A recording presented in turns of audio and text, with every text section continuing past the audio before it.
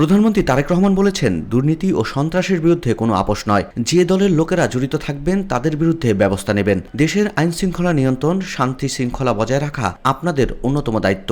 আপনারা সেটা সুষ্ঠুভাবে পালন করবেন। সোমবার তেজগাঁয়ে নিজ কার্যালয়ে ঊর্ধ্বতন পুলিশ কর্মকর্তাদের সঙ্গে মতবিনিময় সভায় প্রধানমন্ত্রী এসব কথা বলেন। তিনি বলেন, দুর্নীতি ও সন্ত্রাস নিয়ন্ত্রণে ব্যক্তি পরিচয় নয়, তাদের অপরাধী হিসেবে চিহ্নিত করা হবে। দায়িত্ব পালনে পুলিশ সক্ষমতার প্রমাণ দিলে নিরাপদ ও মানবিক বাংলাদেশ গড়া সম্ভব। তারেক রহমান বলেন, রাষ্ট্রের নিরাপত্তা, সমৃদ্ধি ও শান্তি শুধু অস্ত্রের শক্তিতে টিকে থাকে না, থাকে ন্যায় বিচার, জন আস্থা আর আইনের নিরপেক্ষ প্রয়োগে। এই সময় রাষ্ট্রের আইন শৃঙ্খলা রক্ষা, গণতান্ত্রিক অধিকার সুরক্ষা এবং জনগণের আস্থা পুনর্গঠনে পুলিশ বাহিনীকে নতুন বার্তা দেন তিনি। দুর্নীতি দুঃশাসনের বিরুদ্ধে আপোষহীন নির্দেশনাও দেন সরকার প্রধান। প্রধানমন্ত্রী বলেন, সরকার যেমন চিরস্থায়ী নয়, তেমনি পুলিশের পদও চিরস্থায়ী নয়। সরকারের সাফল্যের জন্য নিরপেক্ষ পুলিশ প্রশাসনের বিকল্প নেই। একই সঙ্গে মব ভায়োলেন্স, কিশোর গ্যাং, মাদক বিস্তার এবং সামাজিক অস্থিরতা মোকাবেলায় পুলিশকে আরও কার্যকর ভূমিকা পালনের নির্দেশনা দেন তারেক রহমান।